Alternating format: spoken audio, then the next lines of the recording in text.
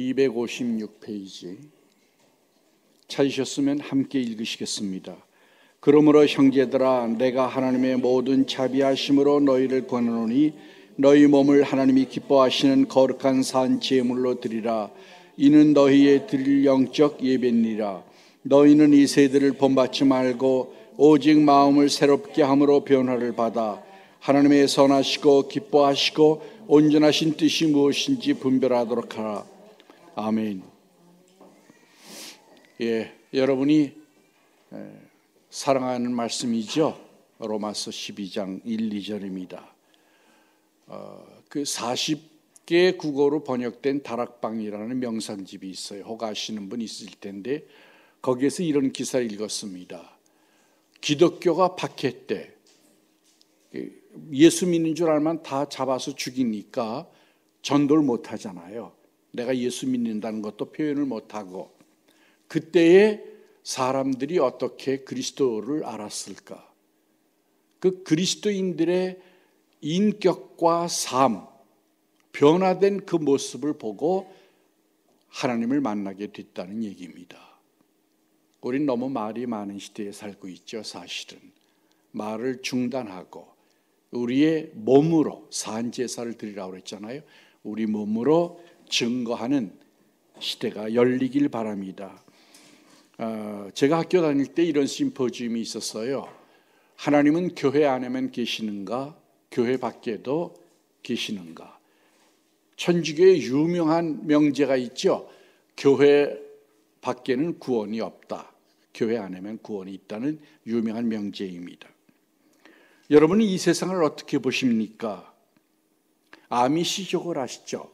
펜실바니아 주에 주로 있는데 이 사람들을 현대 문명을 거부합니다. 그래서 자동차도 전화도 전기도 사용하지 않고 지금도 마차를 타고 다니고, 그리고 농작물을 경작하면서 검소하게 살아갑니다. 우리가 다 아미시족 같을 수는 없지요. 세상 다 등지고 갈 수는 없습니다. 고린도전서 5장 10절에서 11절에 보면 11절, 이제 내가 너희에게 쓴 것은 만일 어떤 형제라 일컫는 자가 음행하거나 탐욕을 부리거나 우상 숭배를 하거나 모욕하거나 술 취하거나 속여 빼앗거든 사귀지도 말고 그런 자와는 함께 먹지도 말라 함이라. 이 말은 이 세상에 음행하는 자들이나 탐하는 자들이나 속여 빼앗는 자들이나 우상 숭배하는 자들을 도무지 사귀지 말라 하는 것이 아니니 만일 그리하려면 너희가 세상 밖으로 나가야 할 것이라. 죄 짓는 사람 피하려면 세상 밖으로 나가야 하겠다, 그런 얘기예요. 그러니까 세상은 피할 수 없는 과제입니다. 역사적으로 이 세상은 어땠습니까? 모든 사람들이 말세라고 그러면서 살았어요. 고대부터 현대 이르기까지 말세야 그리고 살았죠. 늘 부정적으로 현실을 봐왔습니다. 이 세상은 완벽해서 좋다고 말하는 사람은 아무도 없습니다. 야곱 너무 잘 아시죠? 야곱이 바로를 만나게 됩니다. 요셉 아들 덕분에 바로로 가서 바로를 만나죠.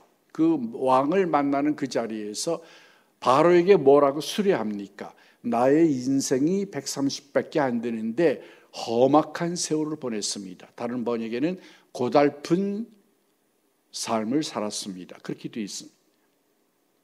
인생은 다 만만하다고 하지 않습니다. 다 힘들다고 합니다. 그럼 악은 도대체 어디로부터 오는 겁니까? 우리 잘 알죠? 두 가지입니다. 하나는 사탄과 또 하나는 인간의 본성으로부터 옵니다. 지금은 인간 중심의 시대에 우리가 살고 있습니다. 그렇지만 아이러니컬하게도 인간은 이기적이어서 우리는 더 깊은 수렁에 빠지고 맙니다. 누구에게나 힘들고 문제 있는 것이 이 세상입니다. 인간의 본성은 부패, 탐욕, 절제되지 못한 욕심은 영원한 악의 온상이 되어가고 있습니다. 성경은 악의 근원을 사탄이라고 아까 말씀드린 것처럼 말하고 있죠. 요한일서 3장 8절, 죄를 짓는 자는 마귀에게 속하나니 마귀는 처음부터 범죄함이라. 하나님의 이 아들이 나타나신 것은 마귀의 일을 멸하려 하심이라. 그랬습니다. 사탄의 이름을 얘기함으로 마귀의 속성을 살펴보려고 합니다. 귀신의 왕, 시험하는 자, 바알세불, 원수, 악한 자, 벨리알, 대적자, 속이는 자, 큰 용, 거짓의 아비, 살인자, 죄를 짓는 자, 옛뱀, 이 세상의 신, 공중 권세 잡은 자, 임금, 세상 세력 잡은 자. 불신은 가장 큰 죄죠. 우상 섬기는 거, 하나님 믿지 않는 거, 존재하는데 부정하는 거니까 가장 큰 죄입니다. 또 하나는 비윤리적으로 사는 것이 하나님 앞에 죄입니다. 그 이 세상의 세 가지 죄입니다. 불신, 비윤리적, 그 다음에 일시적으로 사는 것. 영원한 세상이 있는데 그거를 거절하고 모르니까 안 받아들이고 일시적으로 사는 거예요. 생의 목표가 뭡니까? 이 땅에 국한되어 있는 거예요. 그러니까 영원해질 수가 없는 겁니다. 결국은 불행하고 불안하며 허무와 부정적인 생각과 회의에 가득 차게 됩니다. 요한복음 3장 16절 여러분 잘 아시죠? 하나님이 이 세상을 이처럼 사랑하사 독생자를 주셨으니, 이때 세상은 코스모스입니다. 로마서에서 얘기하는 세대라고 하는 건 에이지입니다. 그러나 두 가지 별 차이는 없습니다. 하나님이 이 세상을 사랑했다고 그랬습니다. 버릴 수만은 없는 땅입니다. 버릴 수만은 없는 삶이고 세상입니다. 그럼 뭐가 이 세상을 밝혀나갈까요? 여러분, 바다가 오염되어 있으면 그게 뭐가 밝힙니까? 바다는 원래 그 셋줄기 같은 물들과 강물이 흘러들어가서 밝힙니다. 끊임없이 그 셋줄기 같은 그 작은 물결들이 흘러가면 오염된 바다는 언젠가는 정결케 됩니다. 그 정결케 되는 셋줄기가 뭘까요? 성령과 보혈과 그리고 말씀입니다. 하나님의 평가가 진짜입니다. 사람들이 생각하는 게 진짜가 아니고요. 하나님은 영원한 세상을 말씀하고 계시고 천국을 말씀하고 계십니다. 그래서 이 본문과 관계돼서 리츠만이라고 하는 신학자는 이렇게 얘기했습니다. 너희는 이런 방식으로 행하여라. 그 이유는 너희는 내세에 있게 되는 까닭이다 그랬습니다. 우리가 험악한 세상이지만 이 세상을 긍정하게 되는 것은 하나님의 빛이 있기 때문입니다. 하나님이 계시기 때문입니다. 하나님의 사랑이 있기 때문입니다. 나도 세상도 긍정할 수 있는 건 하나님 때문입니다. 나폴레옹과 바울의 다른 점이 뭘까요? 둘 다 불가능은 없다고 했는데요. 나폴레옹은 전제가 없어요. 그러나 바울은 그리스도 안에서 그랬습니다. 그리스도 안에서 불가능은 없다. 요한일서 2장 15절에 보면 이 세상이나 세상에 있는 것들을 사랑하지 말라고 그랬습니다. 한마디로 세상과 성령을 대조해 봅시다. 갈라디아서 5장 19절에서 20절 세상입니다. 음행, 더러운 것, 호색, 우상 숭배, 주술, 원수 맺음, 분쟁, 시기, 분냄, 당지음, 분열, 이단, 투기, 술 취함, 방탕함, 그와 같은 것들 그랬습니다. 성령은 뭡니까? 여러분 잘 아시죠? 사랑, 희락, 화평, 오래 참음, 자비, 양선, 충성, 온유, 절제. 어떻게 온유함이 강한 걸 이길 수 있을까요? 신동의 목사님이 주신 책 가운데 사랑은 폭력보다 강하다. 믿습니까, 여러분? 온유함이 강한 걸 이깁니다. 예수님은 제자들을 보낼 때 누가복음 10장 3절에서 양을 이리 가운데로 보낸 것 같다 그랬습니다. 세상은 이리, 예수님의 제자들은 양입니다. 근데 왜 보냅니까? 따로 살지요. 산으로 올라가서 살지 왜 세상으로 보냅니까? 하나님이 이처럼 사랑하셨기 때문에 복음을 전하라고 보내는 겁니다. 고린도서 3장 1절에서 2절입니다. 위의 것을 찾으라. 위의 것을 생각하고 땅의 것을 생각하지 말라. 거기는 그리스도께서 하나님의 우편에 앉아 계시느니라. 이 세상에서 승리할 수 있는 것은 요한일서 5장 4절에 보면 믿음이라고 그랬습니다. 이 험악한 세상을 살아가는데 바르게 살 수 있는 게 뭘까요?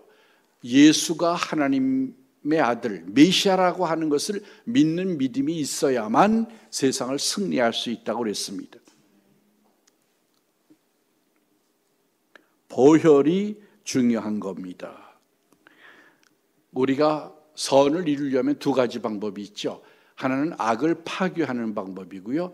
또 하나는 선을 확장하는 방법입니다. 악을 하나님은 파괴하기도 하시죠. 불의한 땅, 나라나 국가를 멸망시키기도 하고요. 역사적으로 보면 악을 파괴하기도 하시지만 또 그의 제자들을 통해서 복음을 전함으로 세상의 선을 확장합니다. 만약 세상이 전부 그리스도인으로 찬다고 하면 우린 더 이상 염려할 필요가 없습니다. 그래서 하나님의 천사에는 두 천사가 있죠. 미카엘은 싸우는 천사예요. 악을 섬멸합니다. 그러나 가브리엘은 선한 천사죠. 복음과 좋은 소식을 전합니다. 두 번째, 변화를 받아 분별하라. 2절 말씀 먼저 봅니다. 너희가 변화를 받으라. 분별할 수 있는 능력이 중요합니다. 하나님의 식견을 가지라는 겁니다. 하나님의 인사이트를 가지라. 내 식견이 아니라, 여러분 지식 많이 가지고 있죠? 그거 말고 하나님의 빛, 하나님의 지식을 가지라는 겁니다. 변화되라고 하는 것은 본질이 변화라는 뜻입니다. 너희는 이 세대를 본받지 말고 오직 마음을 새롭게 함으로 변화를 받아 하나님의 선하시고 기뻐하시고 온전하신 뜻이 무엇인지 분별하도록 하라. 여러분 변하고 싶지 않아요? 우리 변해야 합니다. 그래야 능력이 있고 그래야 행복합니다. 새롭게 되라고 하는 것은 시간을 얘기하는 게 아니라 성격과 성질입니다. 시간은 네오스, 성격과 성질은 카이노스인데 성격이 변하라는 얘기입니다. 뭐가 변합니까? 마음이 변하라고 되어 있는데 이것은 누스, 자아와 주체가 변하라는 겁니다. 하나님과 만나는 자리가 마음인데 그게 변해야 한다는 겁니다. 마음이 변해야 합니다. 본받는다고 하는 것은 외형적인 거고 변화한다고 하는 것은 본질적인 겁니다. 그러니까 세상을 따라가지 말고 어느 시대에나 어느 나라에나 시대에 야합하고 자꾸 변하는 무리들이 있었습니다. 요즘 가장 큰 문제 중에 하나가 뭡니까? 동성애죠. 동성애. 미국의 남침례교회 교단에서 총회장을 비롯해서 동성애가 이제 대법원에서 곧 판결을 날 텐데요. 그 반대 서명 운동을 지금 하고 있습니다. 많은 사람들이 참여했습니다. 우리나라도 반대 운동을 펼치고 있죠. 빛과 소금이 되라고 그래서 말씀하셨습니다. 의지가 중요합니다. 변하는 데는 의지가 중요하죠. 니체는 인간의 본질은 의지라고 그랬습니다. 권력의 의지, 힘을 가지려고 하죠. 그게 지식이든 명예든 돈이든 하여튼 뭔가 자꾸 힘을 가지려고 하고 정복자가 되려고 하고 다른 사람들을 위에 군림하려고 합니다. 예수님의 생각과는 정반대죠. 예수님은 섬기라고 그랬는데 사람들의 본성은 군림하려고 합니다. 말씀으로 따라 살아야 변화가 일어납니다. 우리는 마음이 하나님과 만나는 자리가 변화되어서 하나님의 뜻을 분별할 줄 알아야 합니다. 하나님의 뜻, 이게 가장 중요한 거죠. 하나님의 뜻이 뭡니까? 때로는 하나님의 뜻은 이성을 통해서 올 수도 있지만 때로는 이성을 초월해서 오기도 합니다. 세 번째, 1절 말씀을 봅니다. 너희 몸을 하나님이 기뻐하시는 거룩한 산제사로 드리라. 몸은 성전이라고 그랬습니다. 고린도전서 3장 16절. 몸은 성전이다. 그러니까 속사람이 변화라는 얘기입니다. 에베소 3장 16절. 그의 영광의 풍성함을 따라 그의 성령으로 말미암아 너희 속사람을 능력으로 강건하게 이끄시오며 그랬습니다. 다시 말해서 회개와 죄 고백을 하라는 얘기입니다. 하나님 앞에 인생이 잘못된 방향을 바꾸는 것. 그 하마르티아, 죄라고 하는 것의 대표적인 개념인데요. 히라보로 하마르티아라고 그러는데요. 그것은 미싱 타겟, 관역이 빗나갔다는 거예요. 생의 목표가 잘못되어 있으면 그게 죄예요. 뭐 윤리적으로 죄 목들을 짓지 않아도 인생을 잘못 살고 가고 있으면 그게 죄입니다. 그러니까 그거는 이제 turn away, 돌아와야죠. 제자리로 돌아와야 합니다. 그게 회개입니다. 하나님, 내가 인생을 잘못 살았네요. 잘못 알고 살았네요. 잘못 갔네요. 오늘 기도 노래에서도 봤듯이 길을 잃고 헤매는 인간들이잖아요. 그걸 바로잡아 주십시오. 인도해 주십시오. 그게 회개죠. 죄 고백은 뭡니까? 하나님 안에 있는 자들이 사소한 죄들을 늘 짓고 살죠. 우리의 육성 때문에. 그것을 하나님 앞에 회개 고백하는 겁니다. 산 제사로 드리라고 하는 이 제사는 킹 제임스 버전, 그 영어 번역 가운데 이 번역이 가장 본문을 가깝게 번역했다고 알려진 번역인데 고기 때문에 잘 안 봅니다. 근데 거기에 보면은 서비스라고 돼 있어요. NIV에는 worship이라고 돼 있지만 KJV에는 서비스라고 돼 있습니다. 이 단어는 원래 대가를 받고 일하는 것이었으며 그것이 노예가 아니라 자발적으로 하는 대로 발전했고 그 다음에 복무하는 것을 뜻했으며 그리고 생을 바치는 걸로까지 개념이 변화됐습니다. 단어가 자꾸 변화되잖아요. 그러다가 맨 마지막에 하나님께만 바치는 걸로 단어가 바뀌었습니다. 여러분, 기도라고 하는 말도 프로시케라고 하는 단어가 있는데요. 그거는 하나님께 요청하는 거예요. 인간에게 요청하는 게 아니고 하나님께만 요청할 때 기도라는 단어를 씁니다. 예배가 뭡니까? 하나님께만 봉사하고 하나님께만 향하는 겁니다. 그렇게 살라는 거예요. 세상에서 하나님께 향하며 살아라. God-oriented man이라고 그랬죠. 하나님 지향적인 인간들, 하나님을 바라보며 사는 인간들, 그렇게 되라는 겁니다. 예배는 교회당에서만 있는 것이 아니라 몸으로 드리라. 그러니까 모든 삶의 영역에서 예배가 되게 하라는 겁니다. 하나님이 영광을 받으시고 하나님을 향하게 하라는 겁니다. 여러분이 학교에 있으면 학교에서, 병원에 있으면 병원에서, 상점에 있으면 상점에서, 거기서 예배가 되게 하라는 겁니다. 왜 많은 사람들이 교회를 안 나오나요? 예수 믿는 사람들이 예수의 변화가 없기 때문에. 그렇잖아요. 교회는 가는데 나머지 생은 엉망으로 사는 거예요. 다른 사람과 똑같이. 그러니까 본받는 거죠. 세상을 본받는 거죠. 그래서 세상을 따라가는 겁니다. 그러니까 교회에 안 나오게 되는 겁니다. 영적 예배라고 하는 것은 로기토스란 말인데 여러 가지 단어로 번역이 되는데요. 스피리추얼이라고도 번역되지만 리즈너블이라고도 번역되고 말씀을 따라라는 단어로도 번역됩니다. 베드로전서 2장 2절을 보면 갓난아이가 젖을 사모하는 것처럼 그 순수한 말씀의 젖을 사모하라 그랬어요. 그러니까 합리적 예배라는 게 뭡니까? 말씀을 따라 사는 삶, 이성적으로 사는 삶. 아니 머리 다 젖혀놓고 사는 사람들 있잖아요. 머리 없이 사는 것 같은 인간들이 있잖아요. 본능을 따라서만 사는 삶. 그러면 안 되는 거죠. 지성적이고 말씀적이고 합리적인 삶을 살아라. 그런 얘기입니다. 하나님은 우리를 왜 부르셨습니까? 데살로니가전서 4장 3절 하나님의 뜻은 이것이니 너희의 거룩함이라. 거룩함이라. 성화가 우리의 과제지요. justification, 의롭다고 인정을 받죠. 예수 믿으면은 일이 달라지기 때문에요. 그러니까 윤리적으로 행하는 것이 의였던 삶 단계에서 믿는 자들, 예수를 믿는 자들을 의라고 인정하는 걸로 바뀌잖아요. 인간이 의를 행할 수 없기 때문에 하나님이 바꾸었습니다. 근데 그 하나님의 뜻은 뭐냐면 거룩함이라는 겁니다. 우상 숭배, 불경건함, godliness라고 그러죠. 그것은 죄입니다. 변화가 되는 목적은 분별하기 위해서이며 이건 지성적인 거죠. 산 제사가 되는 목적은 합리적 예배를 드리기 위해서입니다. 이것도 지성적인 겁니다. 다른 말로 바꾸면 지성적이 되라, 합리적이 되라 그런 얘기입니다.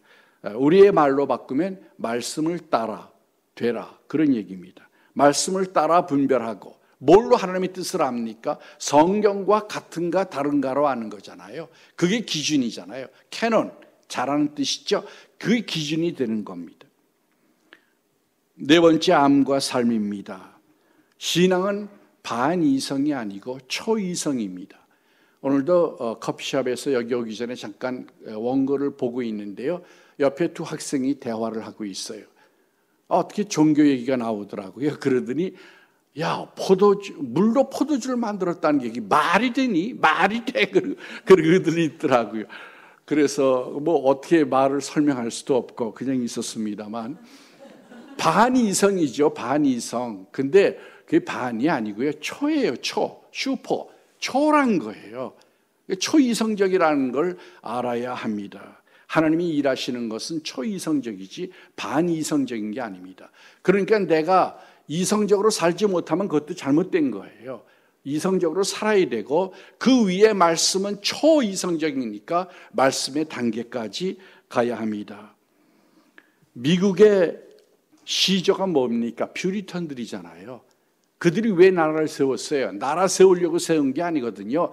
하나님을 잘 믿어보려고 순수한 신앙 지키려고 세우다 보니까 나라가 된 거예요. 그게 현대를 주도하는 나라가 된 겁니다. 이건 중요한 얘기입니다. 영이 실제를 만든다는 거예요. 마음이 있으면 현실이 오게 돼 있어요. 우리가 누군가를 간절히 사랑하면 그 사람이 변화되고 복음을 받아들이게 돼 있습니다. 또 우리의 발은 그 사람에게로 가게 돼 있고요. 죄의 대표적인 건 아까 하마르티아라고 그랬죠. 골로새서 3장 10절을 보면 그래서 지식에까지 새롭게 함을 받는다 그랬어요. 지식이 다 옳은 게 아니잖아요. 지식 가지고 하나님 얼마나 많이 부정합니까? 얼마나 죄 짓는데 도움이 되는 지식들이 얼마나 많아요. 다시 말씀드리면 무엇을 알아야 하느냐? 자기 중심에서 그리스도 중심으로 변화돼야 하는 겁니다. 변화되라고 하는 건 그거죠. 자기 중심이 우리의 본성인데요. 자기 중심에서 그리스도 중심으로. 주여 당신은 어떻게 할 겁니까? 주여 당신은 뭘 원하십니까? 이걸 묻으며 사는 거죠. 히라보로 얘기하면 카타사르카, 본성의 지배를 따라 사는 게 아니라 카타크리스톤, 그리스도를 따라 사는 겁니다. 혹은 카타프뉴마, 성령을 따라 사는 겁니다. 이런 삶이 되어야 합니다. 다시 말해서 우연히 섭리가 되고, 예수 믿는 사람들에게는 우연이 없어요. 믿는 순간부터 그에게는 우연이 없습니다. 모든 것이 합력하여 선을 이루느니라 그랬잖아요. 내가 능력이 없고 지식이 부족해서 혹 잘못해도 하나님은 그걸 선으로 바꾸겠다 그 얘기예요. 그러니까 너희들에게는 헛것은 없다 그 얘기죠. 당연히 은혜가 되는 영역으로 바뀌어야 합니다. 성령은 하나님의 인사이트입니다. 성령이 충만해야 하고 성령의 도움을 받아야 합니다. 성령이 우리를 모든 진리 가운데로 인도할 것이기 때문입니다. 성령은 고린도전서 2장 10절에 보면 하나님의 깊은 것까지도 통달한다고 그랬습니다. 하나님의 마음과 하나님의 뜻을 누가 알려줍니까? 성령이 알려주는 거예요. 그 매개, 우리가 하나님과의 관계에서 제일 중요한 매개가 하나님의 영, 성령입니다. 다시 말해서 알미라고 하는 건 뭡니까? 에리히 프롬은 지성과 지식을 구분했습니다. 그냥 아는 건 지식이고요. 자기가 아는 걸 참여, 실천하는 건 지성이라고 했어요. 일반적으로 지성이라고 하는 것은 거리감이라고 얘기합니다. 거리를 둘 줄 아는 능력. 자기화해가지고 거리가 안 생기면 그건 지식이 아니죠. 또 오늘 말씀에서 지성은 뭡니까? 하나님의 뜻을 아는 것. 그게 마지막 지성입니다. 하나님의 뜻을 아는 것. 이성과 계시, 우리는 많이 들었죠. 이성으로만 살 게 아니라 계시를 따라 살아야 합니다. 켈빈이 그렇게 얘기했죠. 인간은 하나님을 알고 싶어하는 욕구는 있는데 타락했기 때문에 하나님을 알 수 있는 능력을 상실했다. 그래서 뭐가 필요한 거예요? 하나님이 우리에게 알려주기 전엔 알 수가 없다는 거죠. 그래서 계시가 필요한 겁니다. 이성도 지식이요, 계시도 지식입니다. 다른 말로 말씀드리면 인간의 본성인 탐욕, 그리디에서 비전, 하나님의 환상으로 바뀌는 겁니다. 그런 인간이 돼야 합니다. 탐욕을 가지고 살던 인간이 하나님의 비전을 품고 사는 인간으로 바뀌는 겁니다. 야고보 3장 15절입니다. 이러한 지혜는 위로부터 내려온 것이 아니요 땅의 것이요 정력의 것이요 귀신의 것이니. 야고보 3장 17절 오직 위로부터 난 지혜는 첫째 성결하고 다음에 화평하고 관용하고 양순하며 긍휼과 선한 열매가 가득하고 편견과 거짓이 없나니 그랬습니다. 결론을 말씀드립니다. 나의 동굴에서 나와야 합니다. 프랜시스 베이컨이 인간이 참 지식을 아는데 가장 방해가 되는 걸 동굴이라고 그랬죠. 동굴, 우상. 그걸 동굴이라고 그랬죠. 편견입니다. 편견. 나를 집어싸고 있는 편견이 얼마나 많아요. 어렸을 때부터 이제까지 생긴 편견들. 그거를 말씀 앞에서 다 벗어버려야 합니다. 말씀 앞으로 나와야 합니다. 요한일서 4장 4절입니다. 자녀들아 너희는 하나님께 속하였고 또 그들을 이겼나니 이는 너희 안에 계신 이가 세상에 있는 자보다 크심이라. 예수 믿는 사람은 아무리 작은 자라도 세상을 이깁니다. 그 사람이 강하기 때문이 아니고 그 사람 속에 내재해 있는 그리스도 때문입니다. 예수님이 뭐라고 그랬습니까? 내가 세상을 이겼노라. 세상은 흉흉하고 파도가 대단합니다. 그러나 우리는 승리합니다. 하나님의 도움으로입니다. 뭘 취할까요? 동성애 같은 건 우리가 현대에서 버려야 하죠. 하나님의 뜻이 아니죠. 가정을 파괴하고 기본 질서가 다 망가지는 겁니다. 그러나 현대에 돈을 추구하는 것. 우리나라는 돈 하면 이제까지 달려와서 돈은 좀 벌었어요. 근데 지금 그 시험에 있지요. 또 컴퓨터, 그 현대의 문제들이 있잖아요. 그러나 만약에 우리가 그걸 취한다면 어떻게 될까요? 탐욕으로 돈을 벌지 않고 그 돈으로 돈을 모든 길로 통하니까 로마로 통하듯이 돈이 이념을 초월해서 지금은 전부 통하니까 우리가 돈 가지고 그 통로를 이용한다면 복음도 갈 수 있을 겁니다. 섬김의 선교가 바로 그것이죠. 컴퓨터 문제이죠. 또 정보도 문제이고 노출도 문제입니다. 그러나 그걸 취한다면 그걸 통해서 복음은 더 빨리 그리고 더 효과적으로 많은 사람에게 전해질 겁니다. 북한 선교하는 분들 얘기 여러분 들으셨잖아요. 거기에 복음을 전하려는데 사람도 갈 수 없고 말도 할 수 없잖아요. 그러니까 뭘로? 기기로, 말씀이 들어있는 기기를 보내가지고 선교를 하고 있지 않습니까? 마지막입니다. 저는 음악을 좋아하는데요. 잘 하진 못하지만 좋아하는데 옛날에는 그 명동에 음악 감상실이 있었어요. 큰 홀에 그 음악 장치를 해놓고 자기가 신청한 곡을 틀어주는 겁니다. 아주 좋았어요. 근데 지금은 그거 다 없어지고 상업화돼서 그 이익이 없나 봐요. 이제 그런 게 다 없어졌는데 새 노래, 인생의 마지막에 가면은요, 하나님을 만나고 나면은 옛날 게 부럽지 않아집니다. 새 노래가 필요합니다. 시편 33편 3절입니다. 새 노래로 그를 노래하며 즐거운 소리로 아름답게 연주할지니라. 구속받은 노래. 세상 노래도 아름다운데요. 결국은 찬양을 듣게 되더라고요. 그리고 은혜가 오고 거기에 빠지게 되더라고요. 많은 사람들이 음악을 하는 사람들이나 예술하는 사람들이 문화적으로 선교를 해서 그 베토벤은 얼마나 아름다워요. 그렇잖아요. 그 찬양들이 얼마나 아름다워요. 바하 얼마나 아름다워요. 예수 만인의 기쁨 같은 건 얼마나 우리의 마음에 깊이 와닿습니까? 그게 우리들이 해야 할 일들이겠죠. 새 노래, 변화를 받아서 이제부터는 육의 노래가 아닌 영의 찬미를 부르는 하나님의 보좌를 움직이는 새 노래를 부르실 수 있길 바랍니다. 기도하겠습니다. 사랑의 아버지 하나님 감사합니다. 저희들을 불러주시니 감사합니다. 거룩한 성령을 저희에게 충만히 부어주셔서 저희가 변화를 받아 하나님의 뜻을 분별할 수 있게 하시며 하나님의 입장에서 지성적일 수 있도록 도와주시옵소서. 우리가 우리의 삶의 곳곳에서 하나님 앞에 향기나는 산 제사를 드릴 수 있도록 축복하여 주시옵소서. 예수님의 이름으로 감사하고 기도합니다. 아멘.